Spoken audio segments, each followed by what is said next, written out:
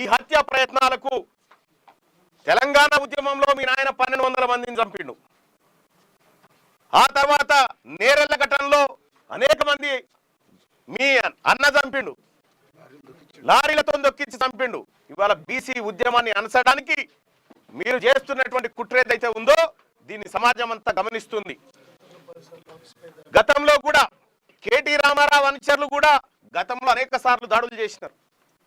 దాడులు చేసి విధ్వంసం సృష్టించినారు. దాదాపుగా 60-70 సార్లు నా మీద కేసులు పెడితే ఏ ఒక్క రోజు కూడా తీన్మార్ మల్లన్న కానీ మా ఆఫీస్ సిబ్బంది కానీ ఎవరిపైన ఒక చేయి వేసిన పాపాన పోలేదు.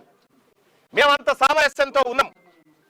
కానీ వాళ్ళ కల్వకుంట్ల కవిత గారు ఈ రకమైనటువంటి హత్యా ప్రయత్నాలకు కూడా స్కెచ్లు వేస్తారన్న విషయం ఇయాలనే అర్థమవుతా ఉంది.